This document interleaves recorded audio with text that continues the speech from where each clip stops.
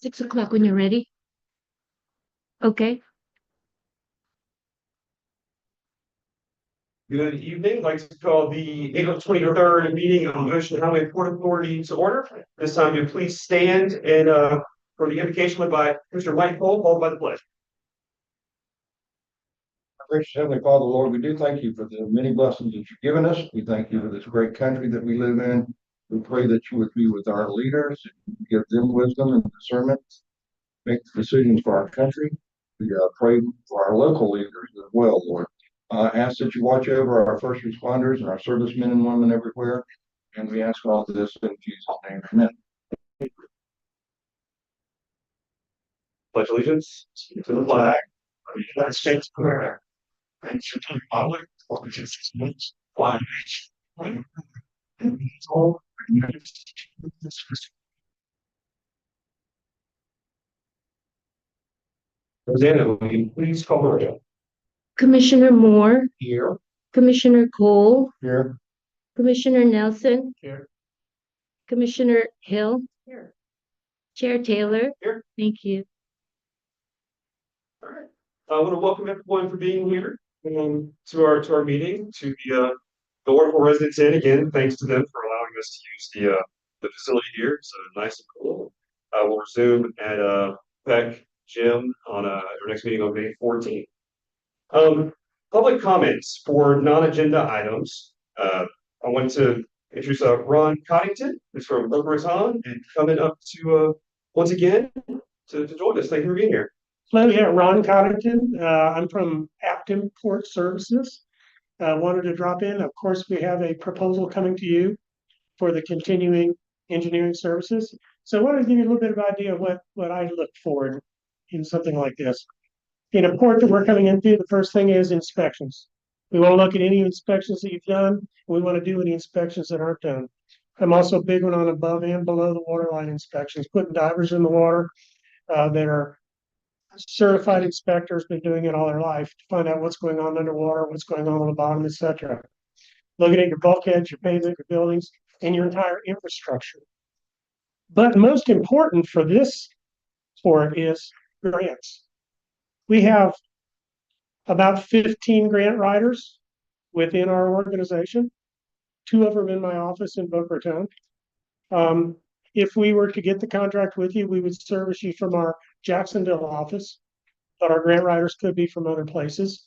Grants are important, especially if you can. I've written PIDP grants, Port Infrastructure Development Program grants from the federal government. Some of these grants are 75-25. And those are the kind of grants that this port needs.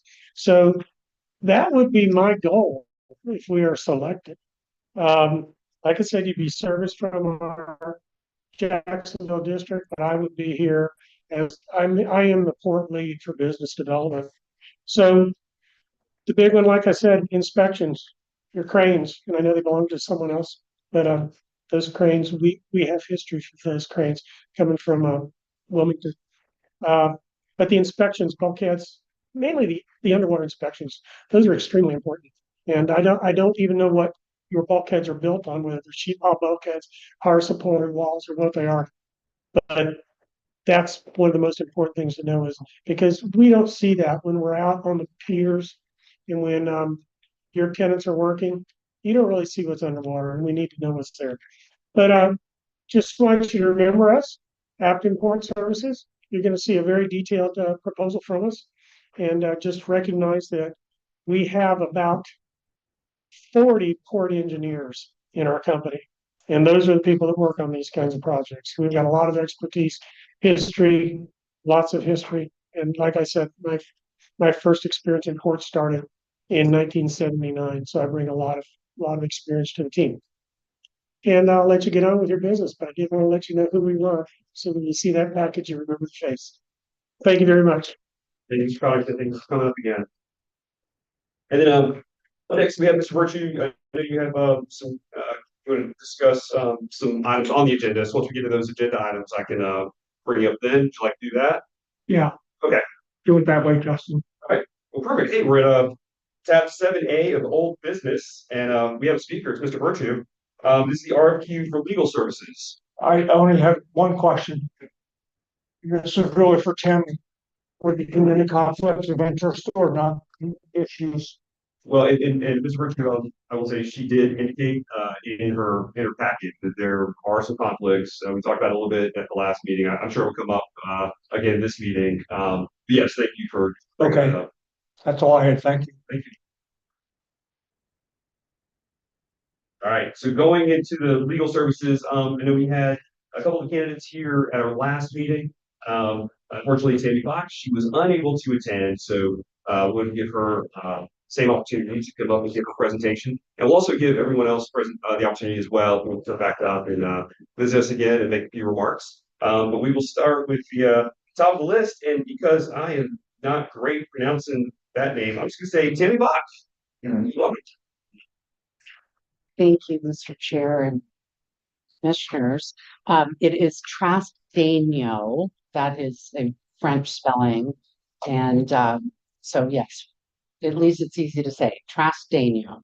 I joined the firm just last month after being the city attorney with the city of Fernandina Beach for 17 years, as many of you know.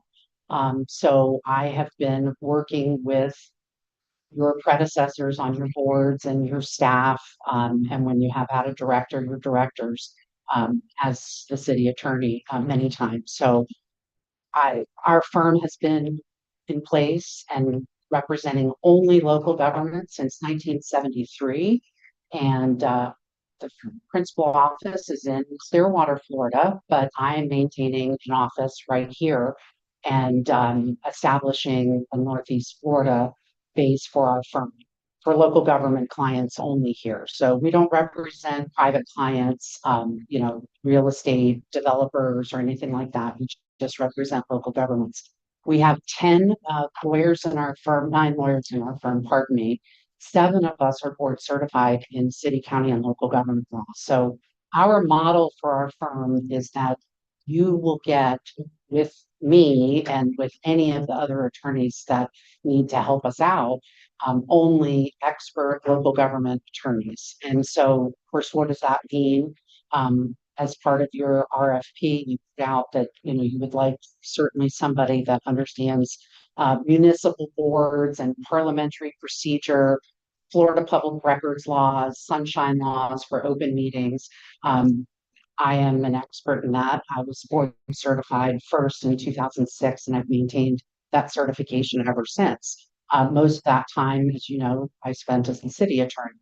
I don't think that there are things that I certainly will be new here representing a port. I've never represented a port authority, but I am familiar somewhat with the statutes because, as you know, the city and the port have been in contractual dispute and other minor disputes over the years. So, and I'm aware of those and happy to talk about those. I did disclose, obviously a couple of the items I thought we might have issues with if they came up in the future. There's nothing pending now where I would be conflicted out that is not already covered by outside counsel. So other things that we do grants. The gentleman earlier was talking about grants, which reminded me that the city does lots of grants, federal grants, state grants. I'm very familiar with that. In fact, before I left the city, the grants administrator had been moved under the legal department. And so we manage grants and legislative affairs. I'm very familiar with state agencies, including appearing before state agencies. Ethics. I've been before the Commission on Ethics defending board members that I served. In some cases, board members can be represented, if it's okay with the board, by the current attorney if there isn't conflict. So I've done that over the years as well.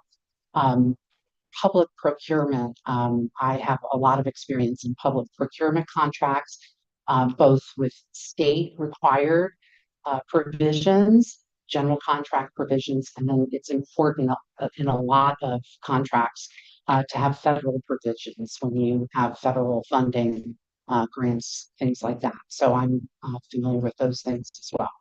Election code. You all are elected officials, and certainly the supervisor of elections knows that, but I have a little experience in elections code advising our commissioners over the years. So franchise agreements, taxes and fees. I know that this port is not involved in that too much, but and really importantly, since you have an operating agreement with an operator, I am very familiar with complex contracts, commercial contracts, and we have other lawyers in our firm, three of them, that do litigation in these matters too. So should the board need that, we can also provide those services. I will stop and let you ask questions because it could go on and you probably read the proposal. Yeah, and I do, and thank you, Spock, for being here and, let us know you couldn't hear the last meeting, because concerns arise, and, certainly understand that, so I want to give you an opportunity.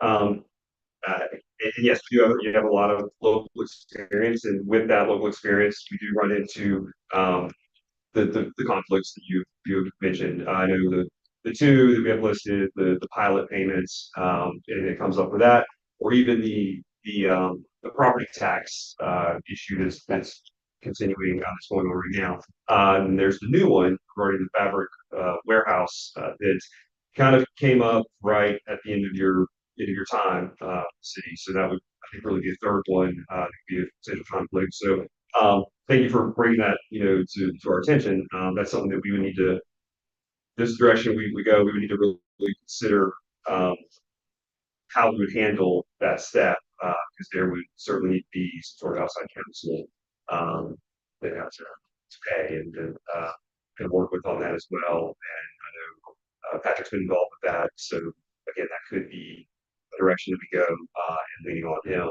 to continue with these issues should they arise again in the future. Any questions for Ms. Fox? Comments? Thank you, Chairman. For contract drafting, is that something that you normally did for the city, or was that outsourced? Can you just tell us like the types of work that you typically like refer to outside counsel and you did internally? Absolutely. I drafted every contract that the city entered into for major projects. When we receive goods, we have purchase orders. I drafted purchase order terms and conditions, and I also reviewed contracts that came in. I did not, other than a couple over 17 years, I did not farm out, if you will, or send to outside counsel contract drafting services at all. I did all of that. Um, what I did send out, we did a management agreement for the golf course and for the marina for 10-year terms. And so I had another firm work with me. I didn't just hand it over. I mean, I learned a lot. So yeah, so those are things that are familiar to me now, but at the time, those management agreements for those long terms, we farmed out. And then we brought in, I think with the Amelia River Golf Course, they had like a 50-year agreement. So we brought in at one point in 2011 and again in 2022 or 2021, outside counsel just to kind of look over my shoulder and make sure they were commercial real estate folks. But I essentially was responsible for those. So I was responsible for all of the contracts. What I did farm out to sort of answer a second part there, were things like if there was there was an election question, I believe, and I thought because of my service with those current city commissioners that it was probably going to be a sticky political situation, frankly. And I thought it best to farm out the answer to that so that there was no accusation or even curiosity that I was siding on one commissioner or the other side because it was another commissioner that made the complaint about there being improper election conduct, advertisement with a police officer in a sort of uniform, I'll call it. So I farmed that out. And then litigation, we farmed out litigation. Mostly that was done through our insurance defense, and that's done through the insurance policy. But there are things that are special. The bioethanol issue that's facing the city right now, I farmed that out because that's not something that I, as the only attorney for the city, could handle just time wise. If I might, Chair Taylor, just address the litigation and the time and having to spend. If there were a conflict and there was something regarding the pilot payment, property tax, or the fabric warehouse. As I understand it, the board is looking for general legal services for about 15 hours a month, which includes the meetings. Obviously, I wouldn't have any travel time or anything. I'm right here in Fernandina Beach, but that is probably going to cover most of what you need for your general services. So whether it was myself and my firm handling the litigation, there would be an additional charge or charges for that. So if we had to assign litigation counsel, depending on what they would charge, and I certainly would negotiate with them on behalf of the board, I think it would be the same whether it was us or another firm. Any other questions, comments? Well, for each of those, so of those, I would, agreement, so like, would be the one that isn't squarely like with another firm currently, right? I mean, that's not an active litigation anymore, so I'm working on that. This court's general discussions on, how to handle matters going forward, but so, dismissed case. So 5 years from now, if it comes back up, and if Tammy were our attorney, she wouldn't be the one, or who's to look at them. Outside counsel to address that. You wouldn't be someone, a different lawyer. I mean, we would always look at it right at the time, but it depends on the time period that's passed and all of that. So, And the board's comfortable. exactly. All right, thank you, Ms. Bach. And we're gonna move down the line. We give everyone else the other candidates an opportunity as well. If I might just say, I wanted to initially say it, and I was a little nervous, but I wanted to thank the board for your patience with me, and it was just a medical procedure that was standard, and I'm well now. And thank you, though, for allowing me the opportunity, and also thank you to the other candidates for making the trip back up here. That's time and money for them, so I really appreciate it. Thank you.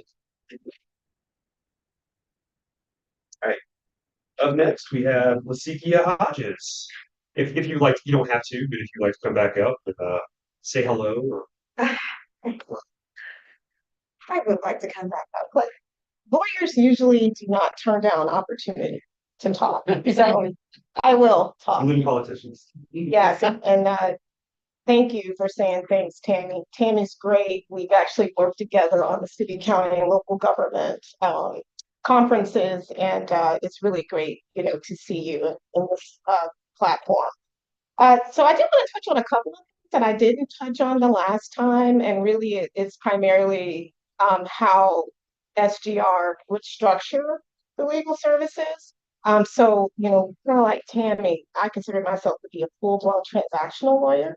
So that's a lawyer that really primarily only does transactional matters, contracts, parliamentary procedures, all the nice things that Tammy mentioned. But in our RFP, if you didn't zoom in on this point, Dan Bean will be staffing the board. He's veteran litigation attorney. But we also have at Smith Gambrell, we have a total of 350 lawyers, 35 lawyers right here, located downtown. But I mentioned in our RFP, we do have an employment lawyer to handle those employment matters that the port may have, as well as a whole team of litigation attorneys. We have an environmental lawyer and also intellectual property, these days for your logos and things like that. So with Smith Gambrell, we don't anticipate having to outsource anything to another firm because we are full service in that way. But, sort of like Tammy mentioned, the outside of the traditional, the regular board meetings, any sort of litigation or even real estate closing, something like that, I don't consider that to be just a standard service because, as I'm sure Patrick knows, a real estate contract or deal could really take you on for months, depending on negotiating that contract and then bringing it the final fruition of closing. So other than that, that's the only thing that I wanted to touch on because I don't think I mentioned that in my other presentation. And of course, if there are questions that you have, I'm happy to answer those questions. Any questions, Ms. Hodges? Next, we have Robin Hathaway. Right, you're not Caitlin Lewis, you're Robin Hathaway. Correct. Welcome back. Thank you for this round. Thank you. Caitlin sends her regrets. She's a little under the weather this evening. It happens to the best of us. Thank you so much for the opportunity to come back and present. I'm Robin Hathaway. My colleague who was here last time is Caitlin Lewis. We come with a particular passion for Florida ports and understand your what you add to the community and what you're navigating, so to speak, as far as your infrastructure, your grants, your federal regulations, what's required of you by the federal government when you do have new tariffs and when you need to publish those rates before you can actually enforce them. So we've been down that road. There were some questions last time about our experience at Port Canaveral and isn't that just a cruise port? It is a cruise port that certainly gets the most news, but we also have a thriving cargo economy, commercial fishing, some local tourism on small day trips that brings in a good bit of revenue, and learned firsthand through COVID how relying on one sector of business could really tank you quickly, and why diversifying those revenues is really important. Caitlin, in particular, having worked in government affairs, has experience with grants, both state and federal, and state appropriations to support maritime needs and some of the supply chain issues that have been sort of at the forefront priorities for our state legislature. We'd like to think that we would be able to help you navigate all your legal needs. We don't have any conflicts as far as appropriations, grants, litigation, that sort of thing. That's our sort of ace in our hat as the out-of-towners. Other than that, happy to answer questions and would love to help you grab. Any questions from Ms. Howe? Can you tell us a little bit about like material agreements that you might have negotiated for the port? Like, you know, you mentioned tariffs, but like operating agreements, or were there like any engineering contracts or other agreements that you could think of that were like material kind of big lift contracts for you all? While I was a commissioner, I wouldn't have negotiated those in particular because our legal counsel would have. I have done it in the private sector, and then I reviewed them on the port side, and then also worked with those port partners.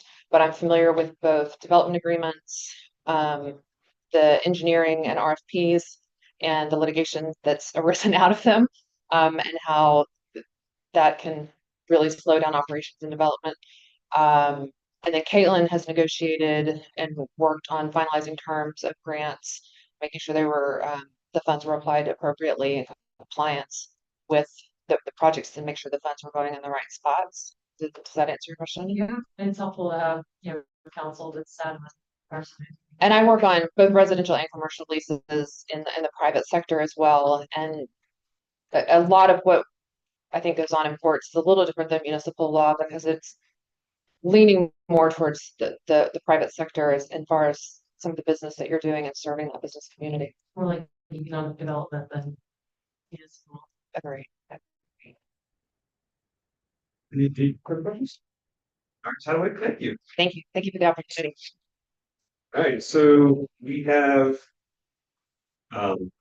variety of candidates. We have government experience, we have port experience, we have experience on this side of the table, as pointed out. We have those who are backyard, those nearby, and those who travel. So again, we have a great group of candidates here, and I just want to say thank you for the three of you who took the time to reply to the proposal, to submit your proposal, and to come to these meetings and share yourself and share your qualifications. Certainly appreciate that and everything that you do. Amazing resumes all around, and very successful. And I think we'd be lucky to have either one. So at this point, we have some options. We could choose a candidate this evening for Patrick then to begin negotiating the terms of an agreement.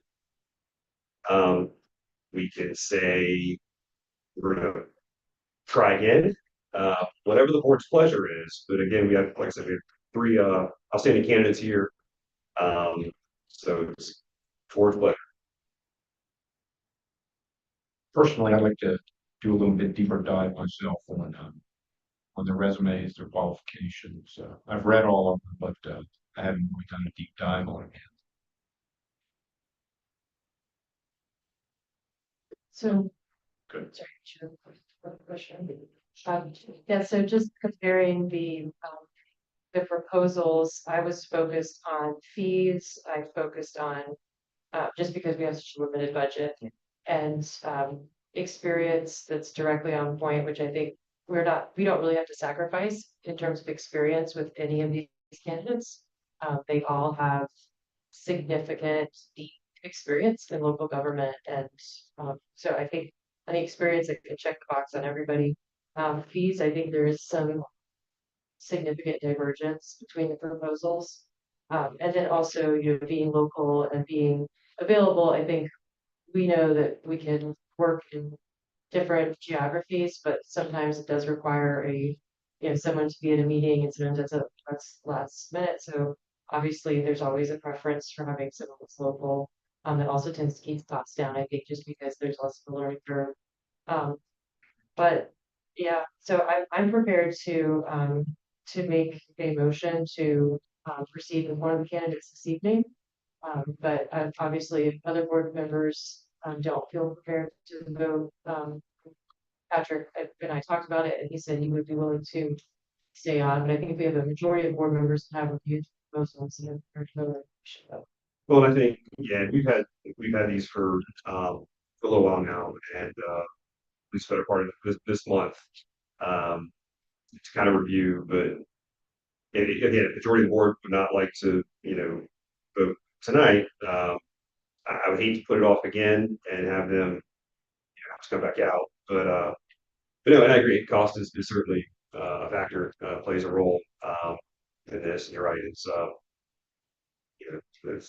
we know our finances, we know where we are and what we can afford. So, and again, there's nothing wrong with any candidates. So, word pleasure, any Mr. Nelson or Mr. Cole? I'm ready to vote tonight. I mean, I would like to not abuse the kindness of Patrick. Because he's, I'm kidding. he says he would hang in there with us and do right by this board. So I think if we continue to prolong it, I think we're abusing that area, and we shouldn't do that. So. And I will tell you, and Patrick called me today, and he said, if you're not prepared, then I can stay on. But and then he stayed on and past the time of his 60-day agreement. And again, can't thank you enough for that and your help with that. And again, he will stay on to also negotiate the terms for us. That's the board's pleasure. So thank you for that. Thank you for pointing that out. Mr. Cole, any comments or No comments. Okay. I'm ready to vote if it's the board's pleasure. If they want to wait until next month or next time, that's I think we're good with me, whatever. I'd like to make a motion. Patrick enters into negotiations with Trask, no, and that provides for a transition for any active litigation, so that there is no breach of litigation agreements. a motion for Trask for Standing Box Firm from Commissioner Hill. Do we have a second? I'll second. We have a second from Commissioner Nelson. Any further discussion? All right, all those in favor? Aye. All right. Motion carries. So again, thank you to the candidates for applying and for traveling and coming here, and I hope to see you all again very soon, in a friendly manner though, of course. Patrick, so with that motion, you will now begin negotiating the terms, and then we also need to think through that, and we can talk about that further, but through that, discuss the conflicts that may arise and how you would handle any of those conflicts that may come up. Sounds good.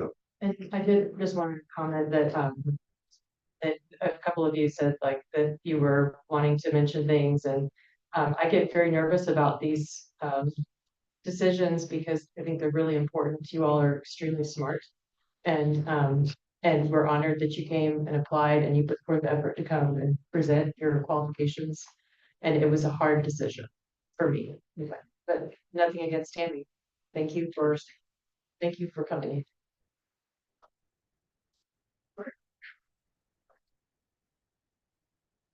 So moving on to tab 7B, the Front Street property use. I'm gonna pull that from the agenda this evening. I have some follow-up with Patrick on that, and we're gonna bring that back at a later date. So again, I spoke about that earlier.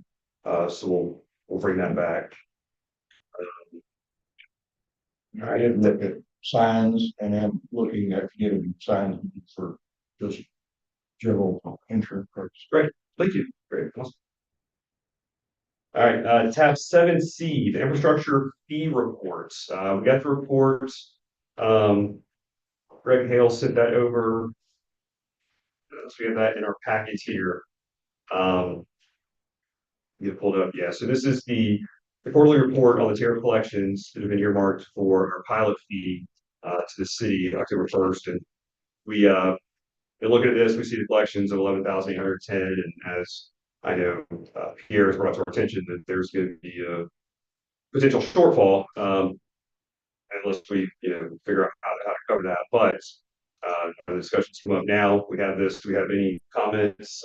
And I'm sorry, and I'm actually embarrassed because you're not Greg, you're not Ted. I'm Justin Taylor. Nice to meet you. I've never been sorry, and I was late rushing in here. No problem. It's my first time too, and I thank everybody for having me today. Yeah, so I'm inclined to talk about the things that I'm aware of, which would be the port. But I did have a little bit of information on the infrastructure fee, but I'll let Ted and or Greg answer to that because I hate to lead somebody down the wrong way. Yeah. Well, no, I'm glad we received this and getting this report. I think is very valuable. Pierre, do you want to add anything to it regarding these numbers down? Yeah, so obviously, as we predicted and as we talked about before, even if elections continue at $4,500 per month, that'll be approximately $39,000. So, there's 11,000 we talked about. It's anywhere up to a $20,000 gap when the payment's due on October 1st. So, we still have the issue. I'm still monitoring it. Everything I look at the cash flow, we should have enough to make it through that process without doing anything radical with the expenses. I mean, the most important part is obviously staying within the budget. But at this point, I think we'll be okay to move through it. So I know moving up going to be coming up on May already, and so I don't want this to be a situation where we get to August, September, and we're panicking, not knowing where this money's going to come from. And for the agreement, the city, you're required to pay that $50,000 pilot fee. right. And so as of right now, like I said, I'm forecasting each month looking forward, and okay position. Obviously, the funds are dwindling. Obviously, the ARPA funds that we've had access to, as I've said before, have a lot of freedom in the things that we could do. But obviously, those funds are dwindling. So. Or any comments or questions regarding the construction reports? Just cheers. It's eye opening to look at the previous months prior to March 2025. If the cargo tonnage drops any, we're going to have a compound problem here. I understand that vessel operations are strong right now, but coming from that side of the fence, I know how fast it can fall off. So this is very concerning to me. You have one good month is not an indicator of anything because in the past couple months I've been out there and watching, most of the times there's two ships sitting at the dock, and in the last few weeks, you had two sitting offshore, one of them being the barge. Uh, that's what you want. But when you finish two and you look out there and you don't have anything sitting there, that's not a good indicator. I think you've got three on the schedule. That is correct. Currently we have four coming up in May. We have three vessels on tap right now coming in at the end of this month. Um, we did have some spot business, with that, little, Lee Roberts that came in, that we loaded some pallets on. So we continue, to try to keep going on. We're still building the schedule for next month as well with the customers forecasting. So they're doing well in forecasting that for us so that we can go ahead and put it on the vessel schedule. So that kind of gives us an idea of what we can expect for that next month. I know you just had KLB vessel sale yesterday. In May, do you have another KLB vessel? We do. We have the Dunedin Star that's on tap, around the 14th, or no, I'm sorry, the 8th. The 8th. And I'll just say, so one of the items that's still under discussion with is how to handle these funds, if we're gonna hold them. And, that was the discussion we had at the last meeting. And so, right now, the way that they've proposed, we can give us a quarterly report on this. So the next report that we would receive would be, June, June, June third. Yeah, So that's their proposal. Obviously, again, that's still that process is still, as far as I'm concerned, under discussion, right? We haven't come to an agreement about, and especially about over and under funding of the $50,000, what to do with the excesses, all that kind of stuff. And so, So we have better clarification on that. And again, we're doing this now and we're up on May and we have these numbers, but yeah, the next one's gonna be to June 30th. So it's, yeah, we've got to have some better clarification because I don't get to that point and we realize we're much shorter. if that's commissioner, If that's the case. And so, we've got to get on that and I don't go for that. I just want to point out, I mean, I know Greg's not here and I don't like talking about him when he's not here, but that one of the things we discussed 2 weeks ago. And we were told we'd get an answer and there's been no further communication from the operator on what we generally call the revenue sharing concept. So we got this report, but there's no other. How long this revenue sharing discussion, how long has that been going on? That's been Either since late last year. yes, it's late December, January. Since before I was like. we haven't heard anything. Can we send a formal letter request from you for return demanding, it's again, I just closer we get, I don't want to procrastinate and this becomes a bigger issue when it doesn't have to be. And that's a revenue sharing report that was requested. Correct. yeah, I mean, we need to get this on a monthly basis as soon as they close their months. Because I can promise you, they don't drag it out 3 months. At the end of that month, they're closing that and putting it in the books. It's a done deal, so they know what's been made and what hasn't been made. So we need that information because we are running real shallow in the water here, so we don't need any unexpected obstacles. So really, there's no reason we can't get it on a monthly basis, so at least Pierre will know how to kind of steer this. Yeah, obviously my analysis assumes this April, March number continues, that's the collection now going forward. In relatively steady, somewhere there, averages somewhere around there. Yeah, I mean, the quarterly reporting that, leaves us in a situation where we could get to October, we haven't seen the reports for the last 30 months, so now, it's not $4,500 for the last 3 months, it's $720 for the last 3 months. Now we're, whatever the delta between that and $4,500 is, we have to, at the end of the fiscal year, right? We don't have any money. We spent down our budget. Any further comments or questions?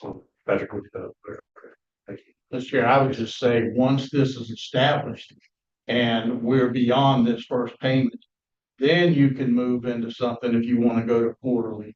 because now you've got that leeway. We're talking months, is just a few months at that. So we need to get closer to home plate here on this.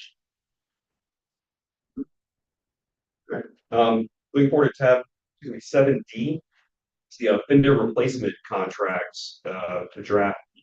Still have not I received. did not receive a draft contract for the board to review. I know we had that on the agenda for this, Yeah, this meeting. because if we had a meeting with FSTED and FDOT and they want invoicing, they want to see invoicing for the grant. And that's why they put us on the delinquent list. So hot water. Okay. I guess future. Oh. So, okay, and again, we're waiting on that from the operator. Well, when just notionally, you come to, we're in the legislative cycle and, there are unfunded authorizations that, the legislature makes. One of the places they look sometimes for funding, especially if it's an FDOT project or just a project, something is delinquent contracts, such as this one here.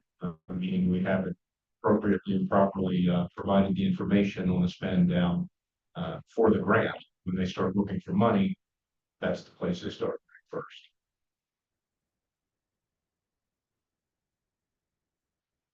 So we're on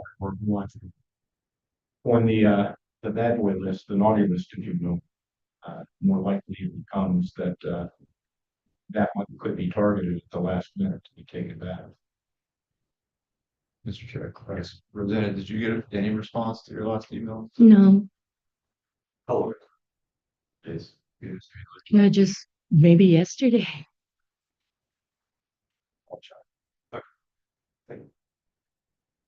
All right, looking forward to tab 7E. We have the Allied contract. Mr. Virtue, he's on here again to speak to this. Welcome back. And I'll follow the protocol. Bob Virtue, 424 North Third Street. I know my mistake, but I want to know whether anybody has done an analysis of my lease or lease to buy. Thank you. Thank you.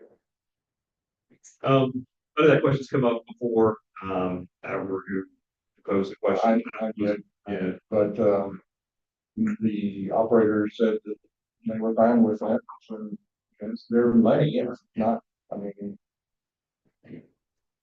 Mr. Chairman, I had a conversation, with the Vice President yesterday, reiterating what he told us at the last board meeting, when the golf cart come up. He said he had no problem with it because he's looked into it. He sees how important it is for the security folks out there to have something where they can respond quickly to an incident down the road or wherever it may be. It's something that they have to have, and he reiterated yesterday to me that he wants to move forward with it, that he's authorizing it. We just need to do our part here so that it can be delivered. Okay, so we have Chronos, we have the adding golf carts, which would be annual cost $1,100. This will be paid by the operator, so it's at their expense. Do we have a motion? I make a motion that we accept this amendment to the contract. A motion for Commissioner Nelson. Do we have a second? I second. We have a second from Commissioner Moore. Any further discussion? I would just like to add that, I understand and I defer to the security company, but when I look at the cost for what this is, and then how much we have to argue about every expense, like the pilot payment, which historically has always been paid by the operator because it is port expense. I would just like to remind the board, and I will vote in support of this, but I'll support my operator that the operator has the capacity to pay for valid expenses. This is a valid expense for $11,000 annually plus. Yeah, so every year, $11,000. All those in favor? Aye. Aye. All right, motion carries. All right, up next, we have a hearing update regarding the fabric warehouse that took place, the mediation hearing took place yesterday. I was in Tallahassee, unable to attend, so I believe the vice chair, I believe, attended, and Patrick was there. Patrick, you want to give an update on where we are with that? Sure, thank you, and I appreciate Vice Chair Nelson coming and spending a few hours with us on this. I sent you all kind of a summary email yesterday afternoon. We're not final. There's some attachments and some restrictive covenants and a survey. There's some things that need to be done that outside counsel for the operator is taking the lead on. So what I shared with you is kind of a settlement term sheet, the basics of what we agreed to, and the details will be forthcoming hopefully on the May 14th agenda. Zach, can you put that now? Oh, sorry. Right. Generally, what was agreed to were some restrictions on property. What you see, and I can get up if you want, but I think you're all pretty familiar with it. You see the corner of the warehouse there, the white part, and what is known as the blue house. That parcel for the blue house, that is owned by a subsidiary division of Nassau Terminals. And then immediately to the south is what is loosely known as the wooded lot, which is owned by OHPA. And so really the discussion came down to the city wanting appropriate buffers in the area. And so as I outlined for you in my email, essentially what would tentatively agree to was that there would be no expansion of development. Can you pull down a little bit, Lieutenant Scottsy?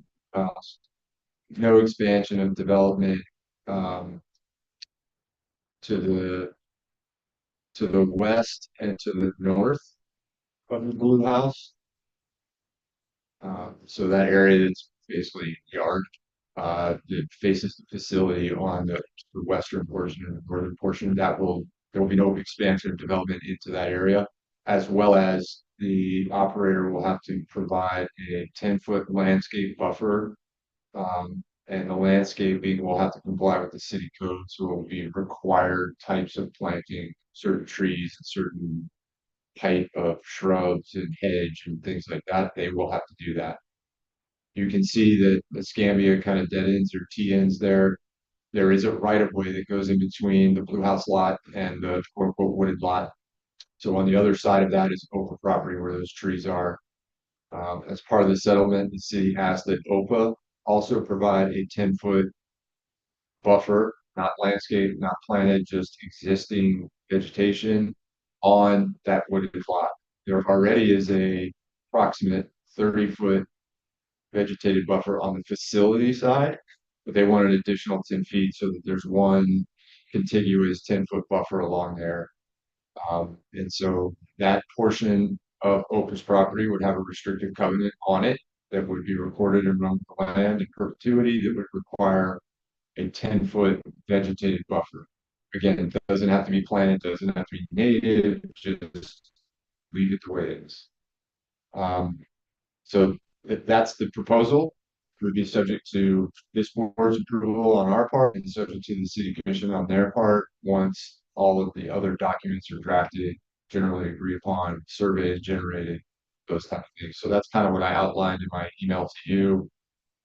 Hopefully, again, this will be in front of you on May 14th for action. The special magistrate continued the hearing, meaning if we don't agree, then we'll go back in front of the special magistrate sometime in June. I can't remember the exact date, I wrote it down. But hopefully, if all parties can agree, that's where we're headed.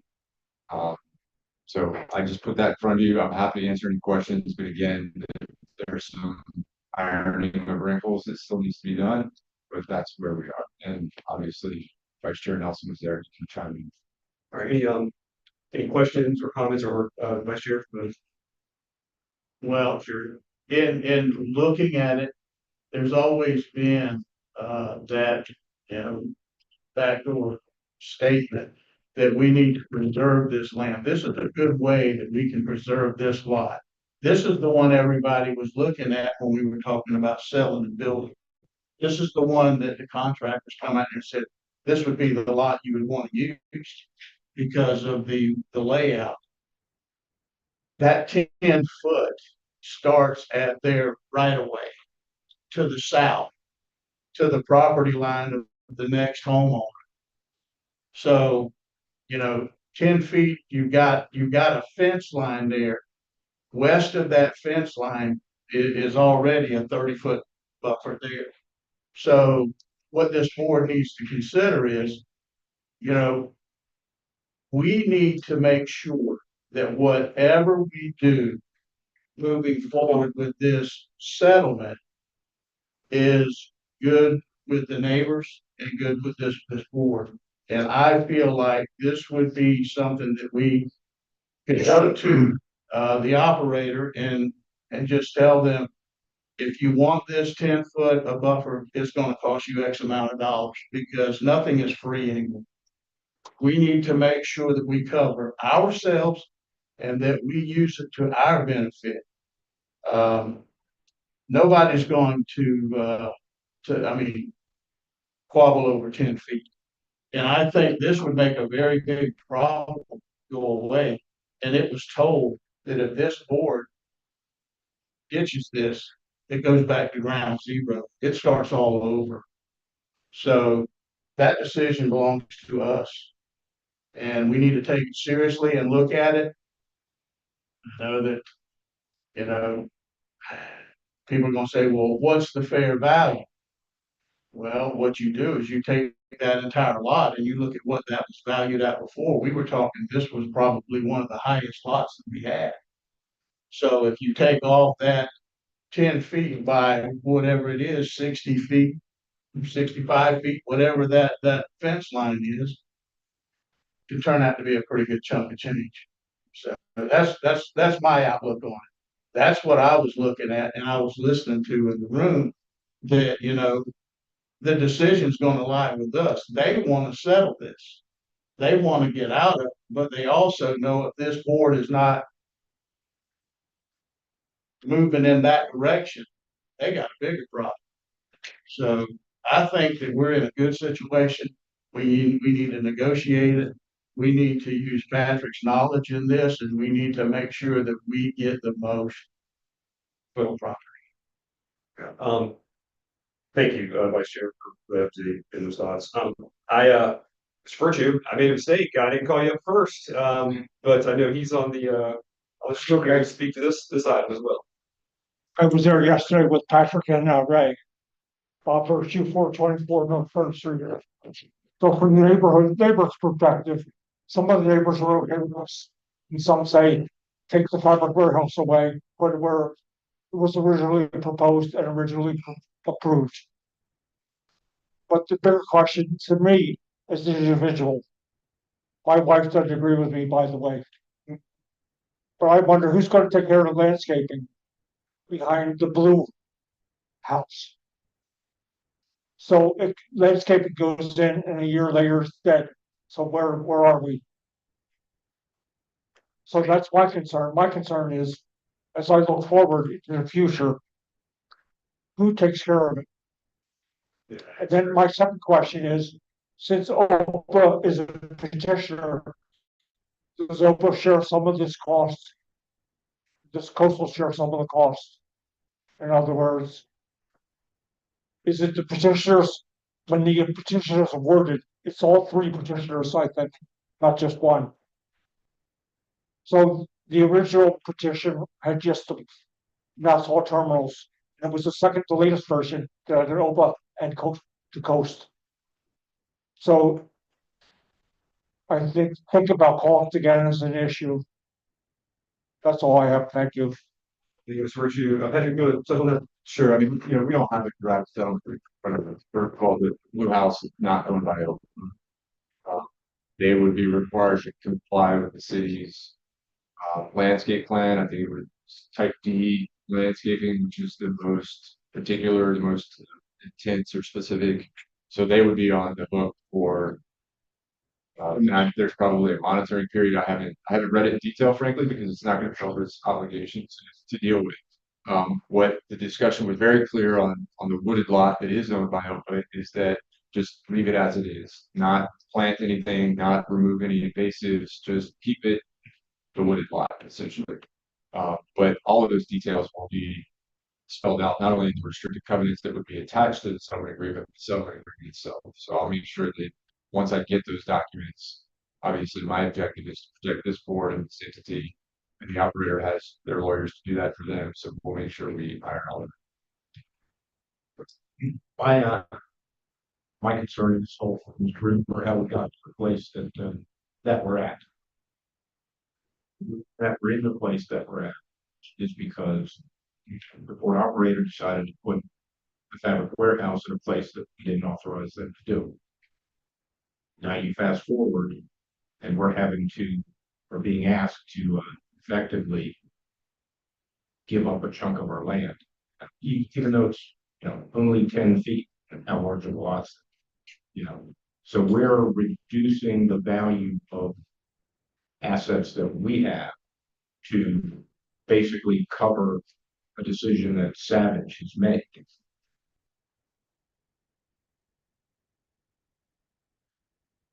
Just wanted to make sure that, if a fabric warehouse lasts 10 years, that we don't have an encumbrance that is perpetual after the need for, the structure is no longer there, that we wouldn't have this perpetual interest and devaluation of our property. And I think it's probably going to make the overall property worth a lot less than if you did the math on the actual square feet, divided it up, because you may actually lose an entire lot. Out of the 3 buildable lots were on that lot, on that parcel. You may actually lose a third of the building capacity of that property.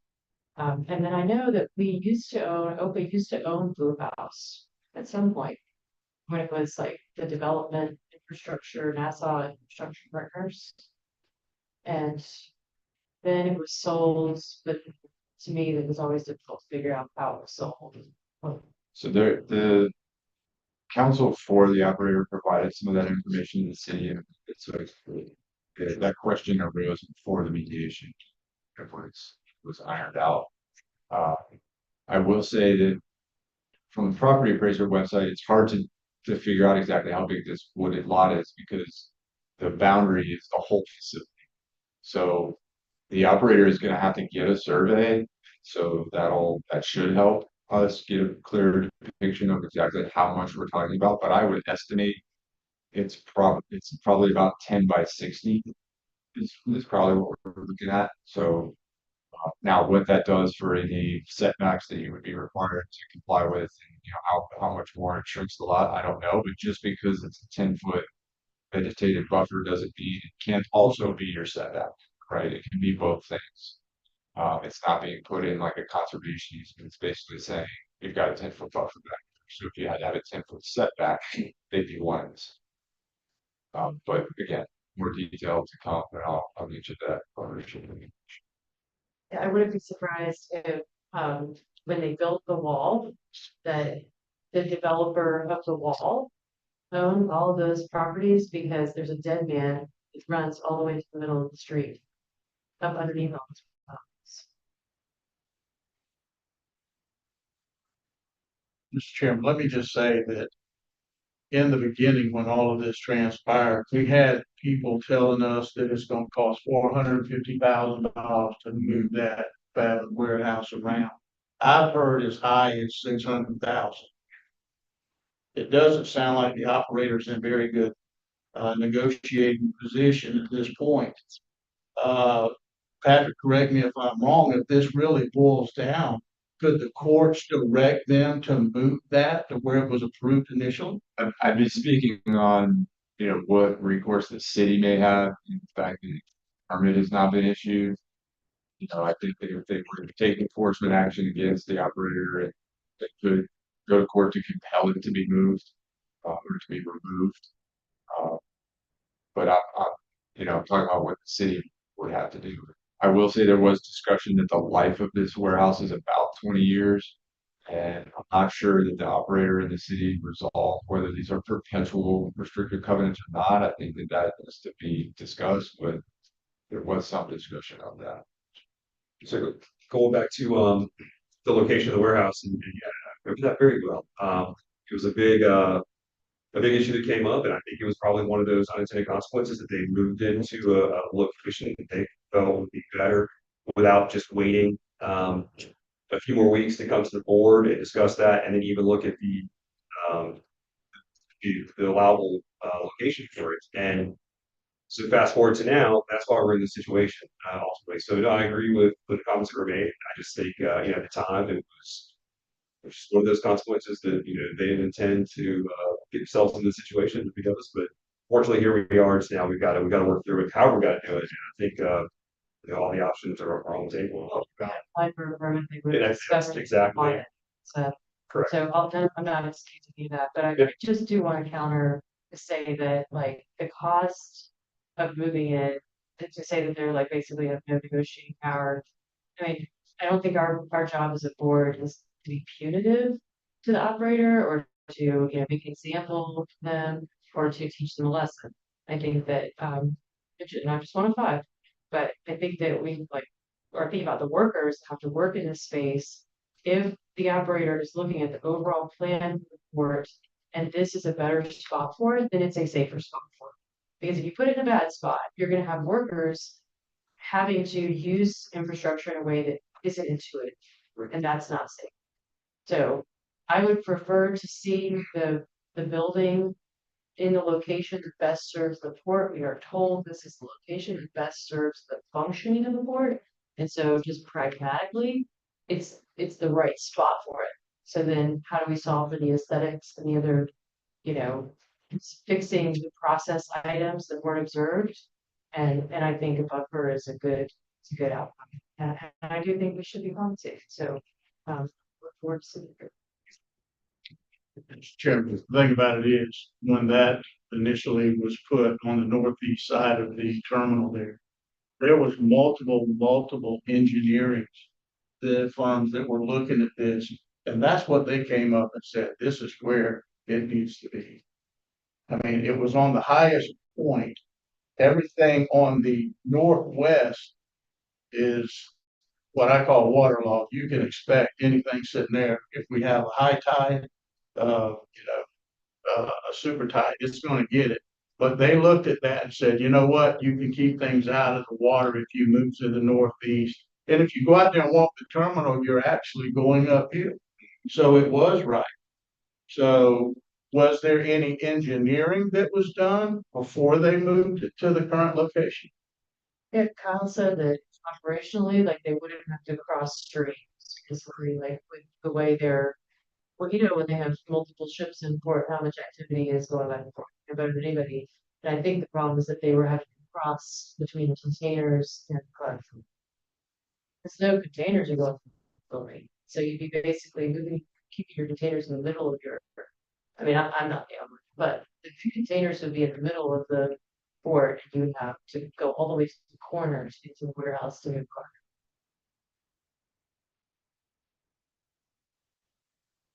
I just think that where the engineers initially agreed to put it would be the best place. As far as operational, I would rather have it to the northeast and out of the way of where that traffic pattern, because you got the picture. When you're running multiple shifts and it's tight through there, you can look at that picture and see where it's tight. You had a truck make contact with that hundreds of thousands of dollars with the fabric warehouse, and now it's got a big gaping hole. Structurally, it's got some structural problems. And so, no, I think if it would have been put where it was supposed to have been put, and was approved to go, we wouldn't be in all of this. Well, I think I would agree with that. But again, like unintended consequences. They felt like better operationally, it was a better location.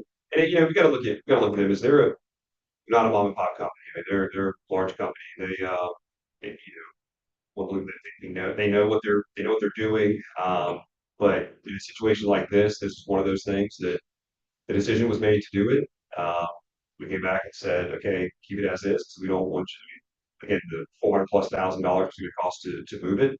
But again, yeah, exactly. Those unintended consequences, here we are now. So we just gotta move forward and deal with it as it is today. Sure, I agree with all the comments were made. Everything that was said, but I just feel like we need to take advantage of this situation. They've given us something that they wanted to do. I'll approve with it, get it done, get it all about. Quickly, And the one that I feel for is the contract, because basically he followed the instructions. He's got his money in the street and he has nothing to show for it. So, I mean, it's not our problem, it's not this board's problem, but there is an ethics of doing business. This is just not good business. Well, I do feel for the contractor, I think prompt payment is always important. But in their proposal, they include application for permits, like I've hired contractors at my house. And the bill always includes the permit for a reason. It always includes that because they have to get it approved by the city in order to do the job. That was done. And they didn't build the plan that was approved by this board. Like we had a plan that was approved, right? So I hear what you're saying, but I also think those steps weren't taken. But I also know that there are many, many contractors that build and then pull a permit. That works that way too. So he could have thought that that would be a good way to go on this one, Don't but he got caught. He got caught. That's the fact. We can, assigning blame, for what happened. Obviously, they're savage that made the choice, the unilateral choice to go against the direction of the board, to put the warehouse where they wanted it, not where the board directed it. There's the contractor that built the warehouse that made a conscious choice not to pull the permits ahead of time. The only people that are the only board that really is blameless, if you will, is the Ocean Highway and Port Authority. And now the Ocean Highway and Port Authority is being asked to reduce the value, even if it's for 10 years, even if it's a de minimis reduction, it's still a reduction by putting a 10-foot buffer, 10-foot easement on a piece of our property, basically to cover up for the violations of the port operator and the contractor that installed the warehouse. My question is, not to be punitive or anything, but short of putting a buffer behind the blue house, what is the port operator on the hook for? What is the contractor that didn't pull the permits? What are they on? It seems like we're making everybody whole. so we can go in circles with this all night. And our audience decided to sit here and listen to us go on for hours about it. But hey, good news is we're talking about it on the 14th when Patrick brings back the settlement agreement. So we look forward to seeing that and what we can do moving forward. But great discussion. And yes, sorry. Was Savage's legal counsel in agreement with this, or Yeah. indicate?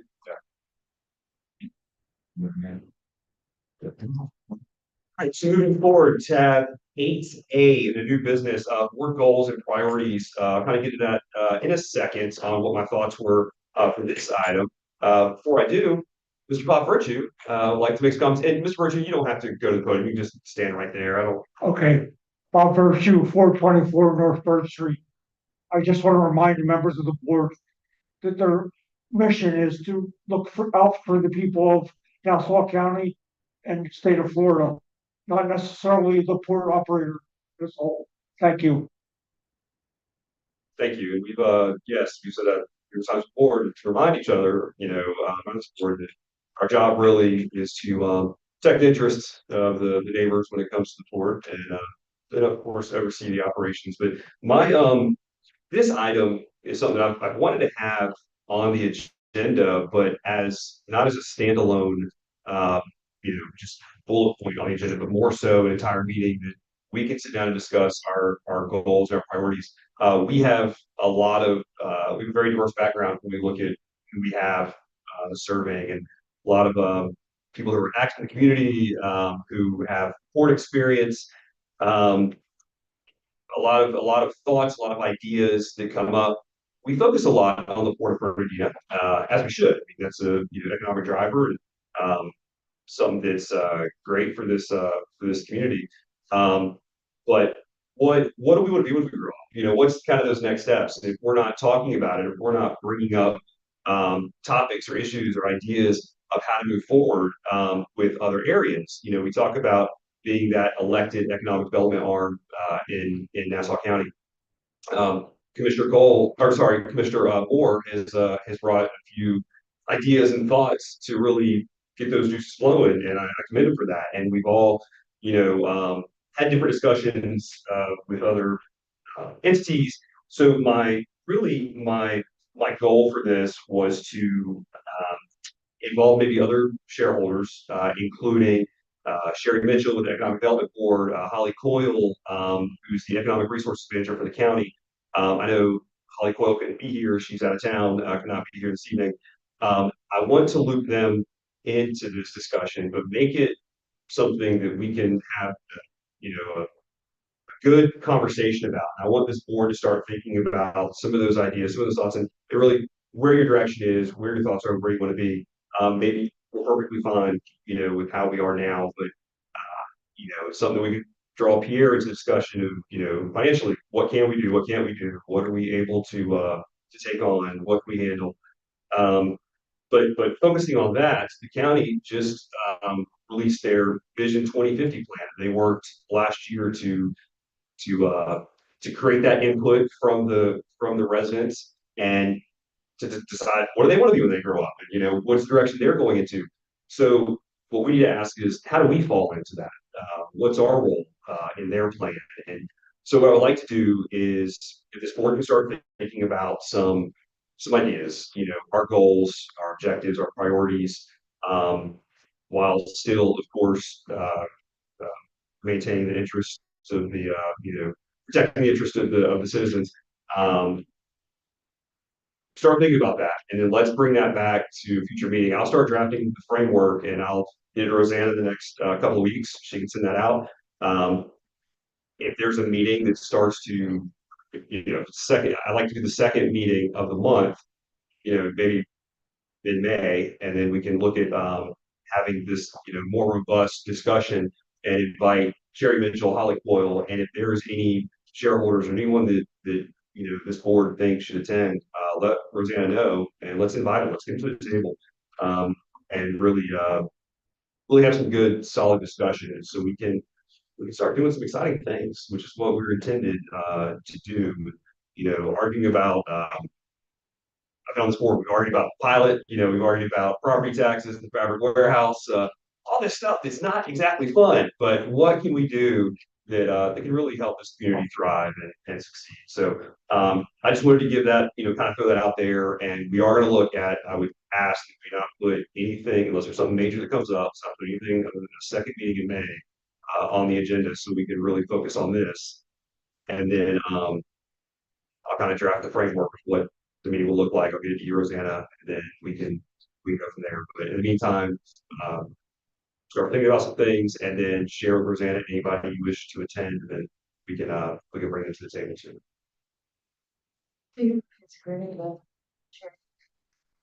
And our strategic master plan that we did back in 2023 was, that's our guiding document. We had paid a lot of money for it. And it does, we fought to include that larger vision into that plan. And that's required by statute for us to have a board plan, but for us to have, a master plan for the entire county-wide vision, we actually as a board kind of diverge from just the board. So it's a long document, it's over 13 pages. And just like comfort the back of the document is all other work that RSNH has done previously. Like the proposed line that would connect Backsport to Crawford Diamond that would cross Nassau County, southern part of Nassau County. That's old, that's an old problem, like 12 years old, right? So that's not necessarily our core plan, but the bits about connectivity, constraints to growth, Crawford Diamond, like there's a lot of good nuggets in there as to like what avenues we might have. So revenue bonds are great, conduit bonds are great. We don't have any core basis of revenue, so we can't like come up with programs. But I have been working on little things that are not like revenue requiring. One of them I know I mentioned a couple times is the parking on our lots, which I did finally get interest from Southside Elementary School. I was going to report on that. Right, with that, it's a future. So Dr. Weber at Southside Elementary said she would gladly coordinate and use her own volunteer base to working. And I'm going to help facilitate if the board approves. I will help facilitate. I will volunteer each morning to make sure that they're set up and that there's at least 2 people there to collect monies. It's cordoned off and safe. I looked in the permitting, no issues there. Talked to Patrick. I even ordered little hangers and donuts to the school. So anyway, running with that idea. And then the other idea is also port related. Is for murals on the side of the warehouses. And Nassau County and the city now have an arts council, which I don't think has any funding. But if we could come up with a way to fund it, I know there's a lot of support in, for some of the areas. So like the right across from with the bow, just talking with Natalie, she was very interested in a small mural just on that one section of the warehouse, and she's actually already like found people who potentially pay to fund it. So like different realtors in town are interested in just putting art there, not like an ad, but like public art. So I wanted to bring that at some point and have Natalie come and maybe set up a work group where the community could come and meet offsite and talk about what they want to do and get buy-in. And whatever they do would have to come back to the board for approval. But that was one of my side projects. That's great. I think the art mural is a great idea. It was about a year ago. I started hearing about businesses in other areas or other communities doing that, and we actually at the time considered it here. So that's something to kick off. I mean, can't say hopefully we might get later. Well, that'd be great. But I do want to say, when you mentioned little things you've been working on are necessarily revenue driven. They all bring value there. Sometimes there's not monetary gain, but there's that value of being involved in the community and doing things in the community. And so I'm excited there's an opportunity with Southside to jump on this and we get some revenue. I think that's incredible. I think it's great. So great job for that. I think we'll get to commissioner items. We'll kind of probably go around and do it, and then we can get back to that discussion and then have that talk. So any more comments or questions on the board goals and priorities and what we're gonna be doing? All right. So board commissioner items. Let's start with Mr. Hill. Again. Okay, so for the parking with Southside Elementary, I talked to Dr. Weber and she was deferential to the board to tell her what dates and times are available. Looking at the Shrimp Festival schedule, it looks like most of the activities are on Saturday and Sunday, and then Friday night there is it's mostly an evening for the sounds on center. So with board's permission, I wanted to just tell her that we would go ahead and provide for like cones to be roped off. So I guess the cones all along the edges of the property and then just with signage that parking is permitted. So we can work with them to provide that, but I didn't know if the operator had access to cones or if I could also try to source them from my sources. You always come up with something. To answer that question, yes, I know. With cones, okay, I'm working on it. We can do some taping too. not gonna take full meetings. Anytime. No, no, that's great. And so you said that you got the tags for the vehicles, you know, and all that already, so they got the volunteer base. That's it. I mean, yeah, it's, And they have to get the fundraiser approved by the school board, but she knows the process of doing that. She's confident she can get the approval.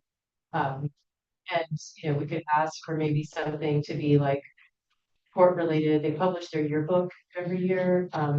They do blasts out to parents. They would say like, please park in these lots to support Southside. And I offered her the lot Sunday, but I didn't know if the Front Street lot was available because that's closer to the shrimp festival, and it's probably not going to be very usable to the port that week anyway because I'll yeah. about shrimp lot.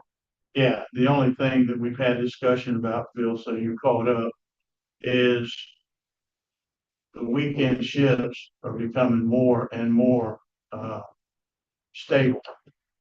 When you have those and you call those gangs out of Jacksonville, you have to have a place for those folks to park. Correct. And, you know, we've had conflicts in the last few years that I was there about, we were gonna park gangs there, because you can't just park them anywhere. You can't let all those folks in the yard. It makes a congestion problem there. So, and then you know, we had it for port employees and their families to be able to use the shrimp lot. And then special guests from this board. We also accommodated those. If only we had another lot that was part of the port, that we're not doing anything.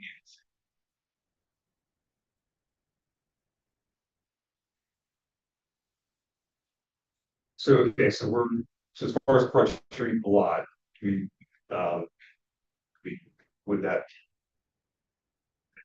What's your schedule? And that's what I was looking at. This is from the 1st to the 5th, correct? Correct. Yeah. Yeah, I don't have anything for that weekend. We do have, vessel schedule up. We do have the North PO that's supposed to show up on the 1st. That'll probably be a 4-day vessel, because we have lumber, pulp, and KLB coming off of that vessel. So it's gonna be a pretty decent sized vessel. But we don't have anything scheduled for the weekend, so that we should be clear on that. it's be what, second, third, and fourth, okay. So, And we would need that. We would have a small labor on those vessels, so. Depending on the lumber. Changes, then I'll just get your number and coordinate, because I know sometimes ships change their arrival. Weather. Yeah, those are just ETAs. Right. Because right now. But that would give you 3 lots. That would be great. Yeah. That would be Definitely could use it from Oxford. I know that sometimes they put overflow equipment in there on those days, if you could just move that equipment out. There isn't anything in there right now currently, so we'll make sure that that goes, so that all the space is available. that's great. Commissioner Hill, thank you for continuing working on that. Sorry, it's so long. No, but yeah, I know you've been trying, and together, yes. So just to confirm, we're talking about the 3 lots. Yeah. We're gonna use for marking the 3 lots. This one, this one, this one, and this one. Yes, that's correct. Wonderful. Awesome. Great job. They worked so hard to raise very small amounts of money that this would be like a huge deal. We'll be back. We'll be back. All right, Commissioner Hill, anything else? Oh, and so for the mural idea, can we form like a committee? Can we, not like a board committee, but can we just do a stakeholders committee for that? Would that be a proposed path forward to, just similar to the way we did for our visioning process? That commissioners can propose individuals that they think would be, you know, good to serve, whether they have like a public arts experience or maybe would be interested in funding. But then also I think it's really important for the neighbors, and maybe even, you know, if the operator wanted to have someone on the board, or if an employee wanted to participate because they particularly, you know, cared about this issue. I think it would be good to have a group of, you know, community stakeholders that provide input, and the art needs to reflect the community and the history and maritime, because otherwise it will get spray painted over. Phil would be a good guy to have on your side. That way, if you needed something, you've got a point of contact that you can call. Because along there where you're talking is where a lot of people park up against that wall. So if you needed somebody that could say, hey, can you move these cars out of here? He's the guy you could go to and get that done. And I saw him volunteer, so, It'd be nice to have someone from the city, you know, whether it's like, I don't even think it would be someone like, you know, who represents the city. It'd be nice to have someone from the county since we're countywide. But I know that they just recently, so within the last 3 years, the city of Permian Beach said, we're not gonna manage public art, so we're just gonna let the Nassau Arts Council do it. And Nassau Arts Council, if you look on Facebook, they have a beautiful mural that says like, welcome to Hilliard, on the side of the So, building. that Hilliard has really stepped up and done several already. Very, very impressive. It's really transformative. So. Okay, so I will keep working on that and I guess bring back further reports at future meetings. please do. Great initiative. Great. Mr. Moore. Okay, I'll try to be brief. A lot going on since the last meeting. On the 22nd, we had C-Hub training. C-Hub's replacement for CSIS. Access passwords are going to be set up starting August or April 30th. You'll have 48 hours to set those up, because it's myself and Rosanna. Or Rosanna's going to do it. Maybe it's password or something like that. Somehow I'm going to get a password and have access to it. Lots of stuff on that. Basically, CSIS plots for the people that are familiar with CSIS. I'm not, so it's kind of new information to me. They'll have a dashboard which covers funded opportunities, where you are in the grant process, how much you've committed against the grant total, how much you haven't committed in our vendor project. One of the things that they noted was that funded projects are going to automatically be migrated over. Any previously submitted projects that are unfunded will have to be re-entered. So there's about 10 of them that we have that were not funded previously that will have to go through the process of re-entering them, which shouldn't be a heavy lift. We've already got the verbiage and much that's the same. There might be some minor changes, but nothing that seems to be difficult to do. FPC legislative update. We had a legislative update meeting. Obviously, the legislature is in session.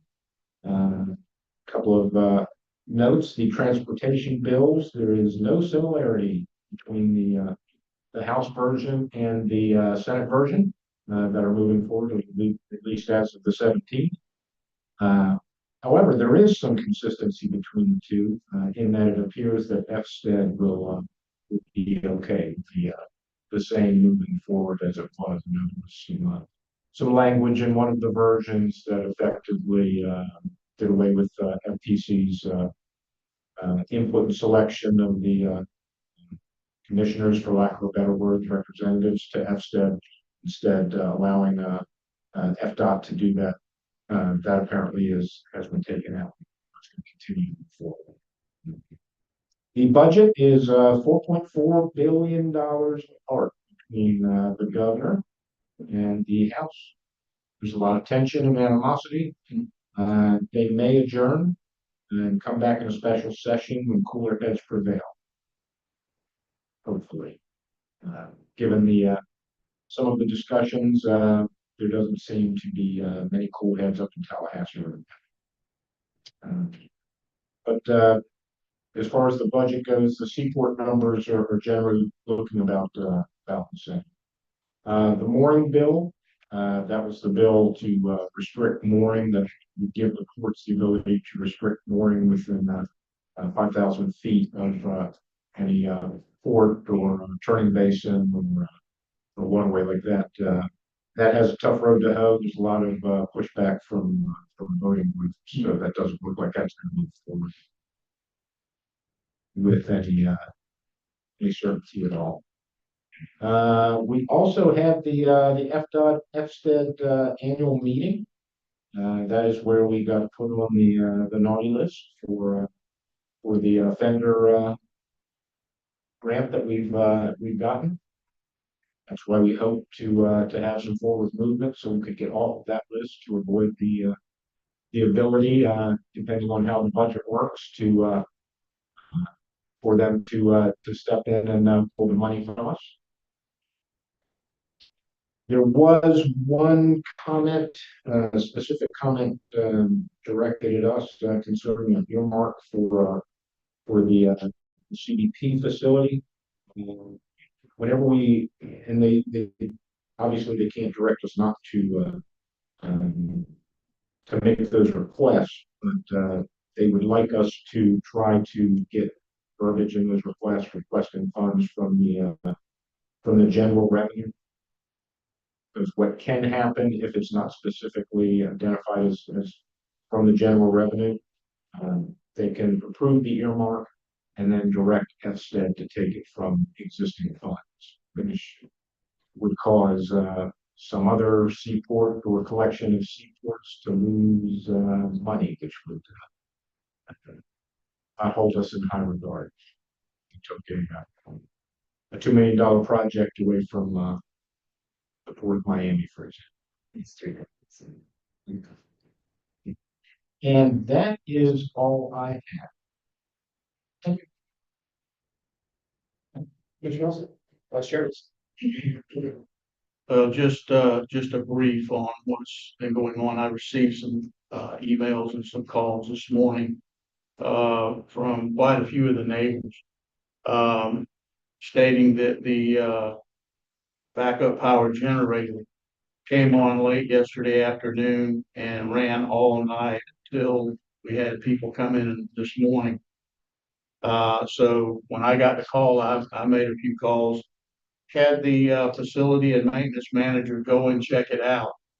And apparently what had happened with that generator is when the power failed yesterday afternoon, the auto switch from line power to generator, when the power came back on, was not functioning properly. So when they shut the generator down, it shut the sniffer, which is the radioactive detector for CBP. It shut it down. So they had to start the generator back up in order to bring it back online, because you cannot operate a port if it's not operational. They would have to lock the gates. So to prevent that, they let the generator run. But this afternoon, I was assured that it was repaired, taken care of. And in the future, when Phil got here tonight, I spoke to him and what we're going to do, and I've asked him to talk to the maintenance, and we'll talk to security as well.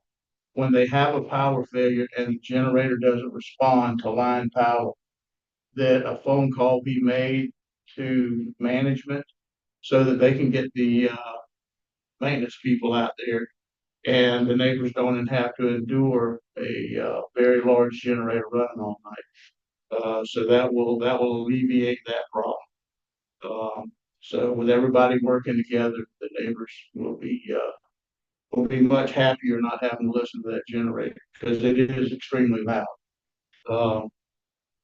The second thing that I'm going to cover is, at the last board meeting, I mentioned the issue where we had some teenagers breach the doors and enter the warehouse.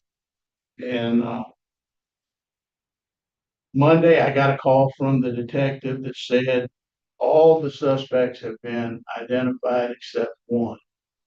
About 4:30 this afternoon, I got another call saying that person had been identified. So the investigation is still ongoing. We're looking at, or they're looking at, some very serious charges. So as I get the information, I'm gonna pass it along to this board. I'm also talking to Greg, and we'll see what happens with that. But, we'll just wait and see what the detective comes up with and the state attorney. Because they'll have to agree on what they're gonna actually charge us. Commissioner Nelson, was there any property in? Not that we can tell, and they were in there for 3 to 4 minutes. We don't know exactly what they done. I haven't spoke to them. The detective, I don't think he's formally interviewed them. It was just a process of identifying. And I was getting a little upset because in something like this, I want a response right back. And because I had committed to other people that had asked me from Savage, what's going on? I don't know. It's their rotating shift that they have with their detectives. It's just the way that the shifts fell. That the detective that was assigned the case was off for 5 days. So it kind of stopped until Monday. And that's when I started getting more information. So I'll keep everybody abreast of what's going on. If the board would hear me out, I think that it ought to be left up to Savage. I'm just following up with this. They, asked for assistance in identifying. So if y'all have any other input, but I think we ought to take the information and let them, they're the operator. They would have been the ones on the hook. Of course, if something bad, this board would have been on the hook as well because it's our facility. So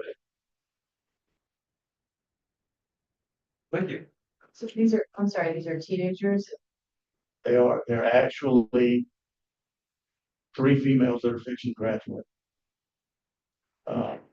It's not good for them because everything that they've done has a felony charge attached to it.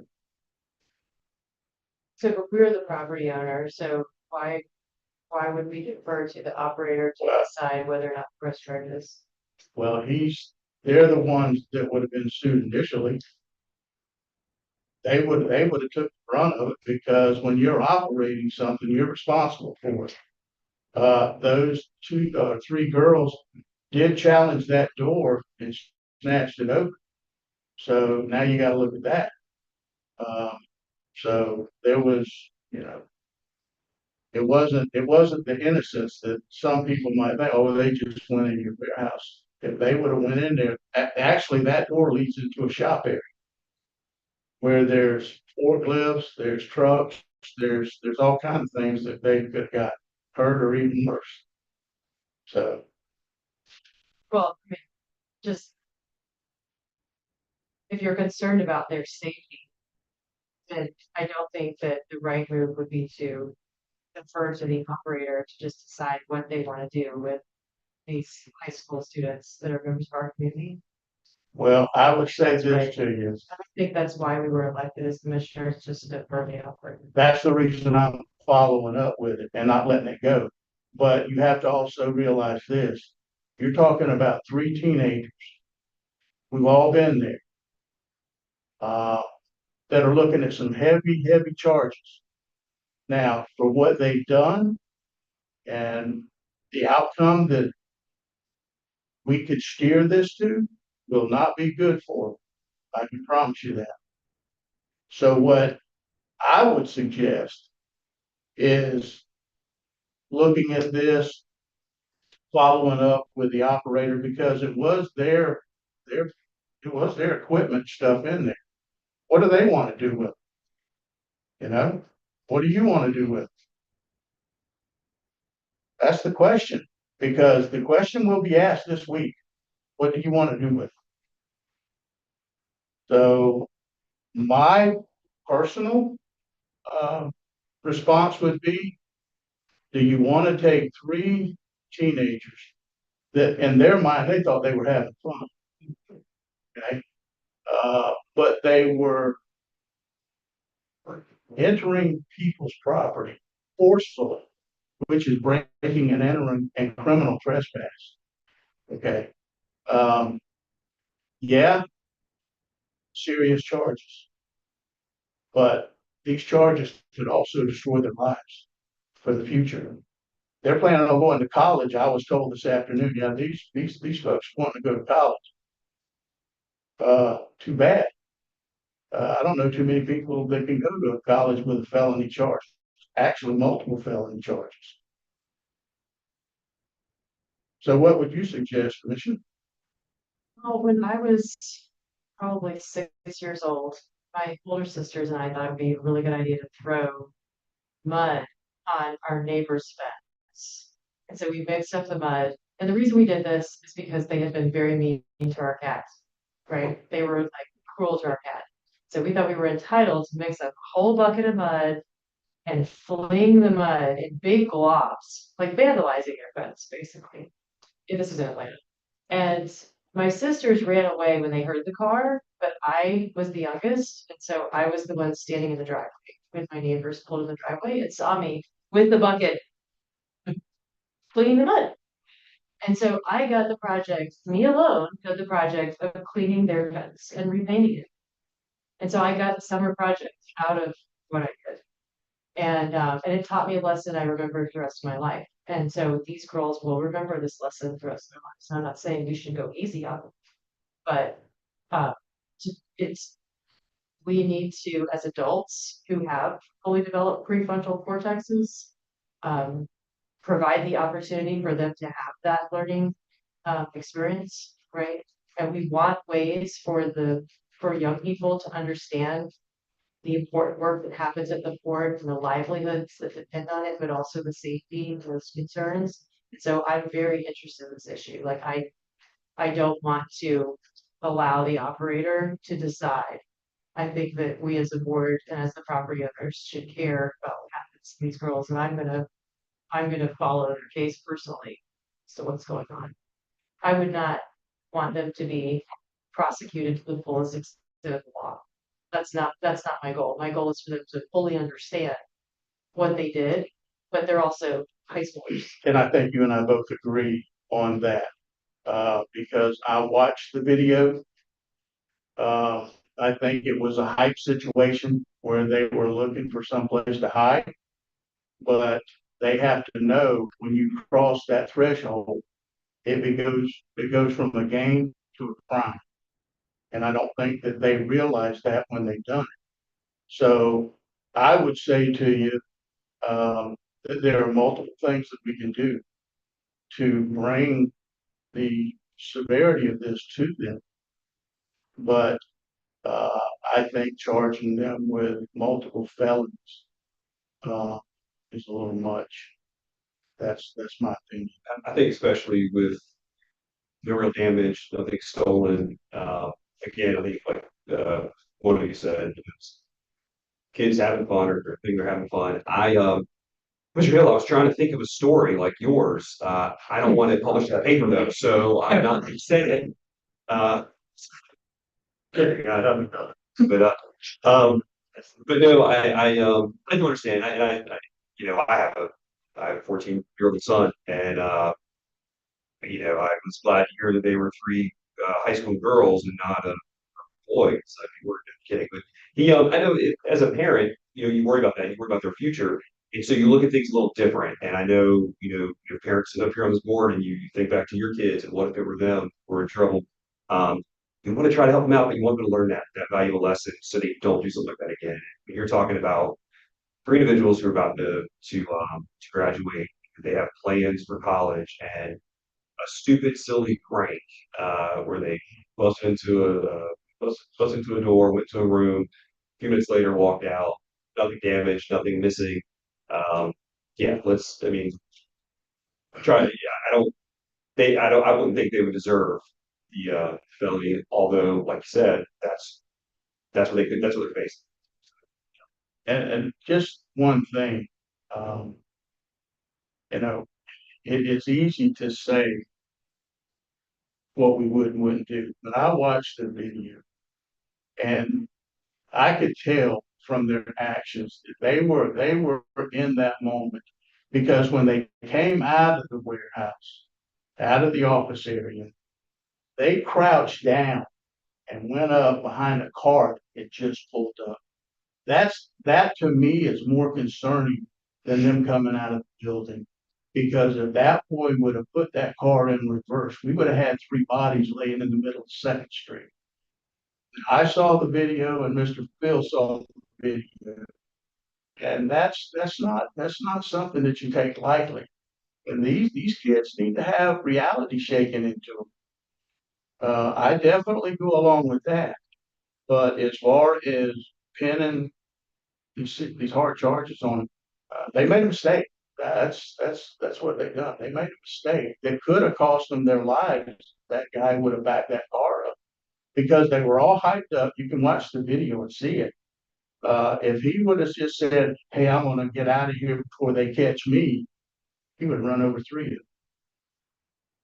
And then you got 9:30 on the video with the dark shadows around that warehouse. If I would have been a patrolman and pulled up there and saw one of them run by me waving that gun, it may have been a different situation too. This is the same game that they were playing when that FDLE officer shot that 17 in Yulee. So, there's some craziness, but I don't want to see three young people completely destroyed. And that's what it'll do. I mean, even talking to the investigator, he said it's heavy. I think that they can be salvaged if they just have it shaken into them how dangerous this was. I know what's in that warehouse, and I wouldn't walk in there with no light. Phil, do you have anything to? You know, not to speak on what Savage looks at or what Greg or Ted would say on this. I know myself on this, so I'm just strictly speaking to myself from the operations manager side of this. I think we were all there as kids, right? We do things as a kid, and I think everybody's done it. There's nobody that hasn't. I think there is a severity to it, but I'm along the lines with what Miriam was saying is, there's ways to help them understand the severity of it without going so far as to damage anything that they have in their future. Um, we've done it as kids, and sometimes we just do crazy things. I think they should have bought themselves a summer project. Because, my sisters didn't get a summer project, their house. Yeah, I would say that there would be some ways to make them realize the dangers that they put themselves in, and take it as a learning lesson. Everybody else, share, not real fast. You've got lying. We're not sharing. Too long. I say restitution if there was anything, if there's any damages, but, kids make mistakes. And had they been on the other side of the road and that fenced in part, that could be a federal offense. So it's good for them that it happened where it happened, but, our port operator is responsible for maintaining security, making sure that everything is secure and with the security guards to at least do a road, now with a $11,000 golf cart, they can ride around and check doors. Yeah. So, okay. And the security did respond because they heard the screaming and the noise. They did respond. So, of course, when he called them down on it, they all split. But they made a fatal mistake in coming back the very next night doing it again. That's when he was ready for it. The local police were something. But my worry is you don't run around at 9:30 at night in the shadows of a warehouse waving a pistol. That's a recipe for disaster. So if some of those guys, they might be old, but they should draw. They draw quick. They don't ask questions. Is that a BB gun? Is that a water pistol? They don't ask questions. So, Well, thank you, Vice Chair, for the update. Commissioner Cole. The only issue you brought up, I was working together with the Economic Development Board, I help education Sherry, and be a little more active in our role. And there are things in the process right now. Things are looking good. Got a lot of progress. It's always good. So a couple of quick things. I went to Tallahassee. I was there Monday and Tuesday to meet with some of the legislators. Met with Senator Clay Yarborough, who was signed off on our it has to do with the customs facility and for the state appropriations. Currently, we're looking at $350,000 of a $2 million ask. They are, as Commissioner Moore said, between the Senate and the House, there's a more than $4 billion gap there. The budget chair actually said that they don't start discussing Monday or Tuesday budget and negotiate the budget, that they're not going to get complete by the May 2nd deadline, the end of the session. Call it deadline. It's got to, obviously, the deadline would be the end of the year, but so chances are they will be going back in a session. Senator Yarborough understands the concern of not investing into the customs house, customs possibly leaving, having that we're calling it kind of that open border for a period of time, or not having or ships coming and then having to wait for them to come up from Jacksonville. So there are some concerns there. He is working to get additional money, but it's a start. And so hopefully we can make it through and get it signed. I'm not seeing any vetoes if it makes it through the legislature. But I'm glad that we are where we are now. He was very grateful for the communication that we have, very grateful for went over there, met with him. And so we're just Davis is working hard at it. Any updates, I'm sure you can reach out to him and he'll share with you. But yeah, it's getting close. In session just next week. Also, I wanted to touch on an event that took place yesterday. So I had to rush back for an event. We're all elected officials, and so the election workers, Supervisor of Elections Janet Atkins hosted. It's now the inaugural election worker appreciation event. She reached out to a bunch of elected officials, collected over 50 door prizes that these 300 plus election workers who showed up got to receive. And it was a great way to show appreciation for them. And I know Commissioner Cole was there. He donated a custom clock that his wife made.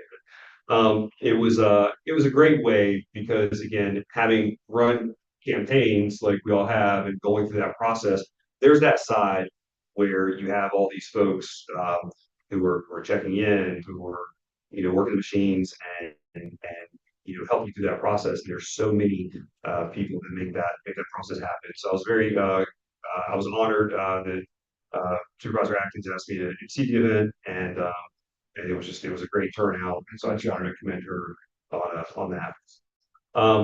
Also, Shrimp Fest next week, as we've talked about, the parade kicks off at 6 p.m. on Thursday. It's always a lot of fun. I always enjoy it. I will be emceeing the parade again this year. So if you're there, stop by the courthouse, say hello.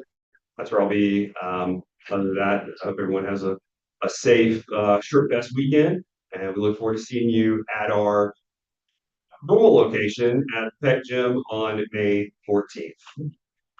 We need to vote on approve the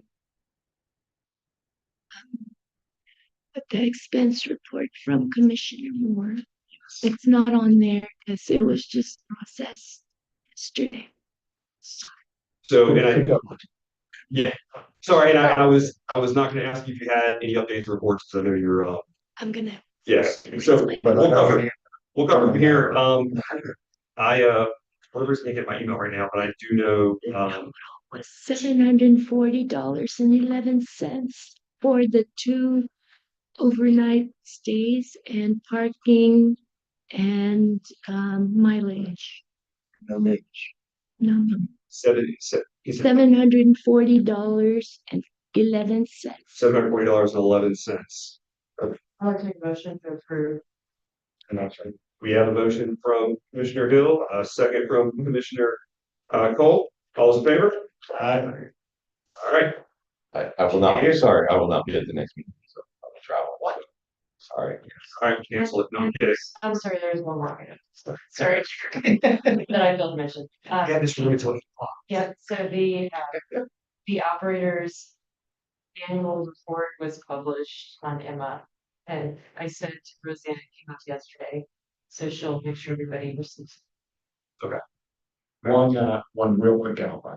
We had the PIDP grant meeting with Mara short last week, and they've extended the grant application deadline. There will be a new NOFO coming out May 1st, and the deadline will be 100.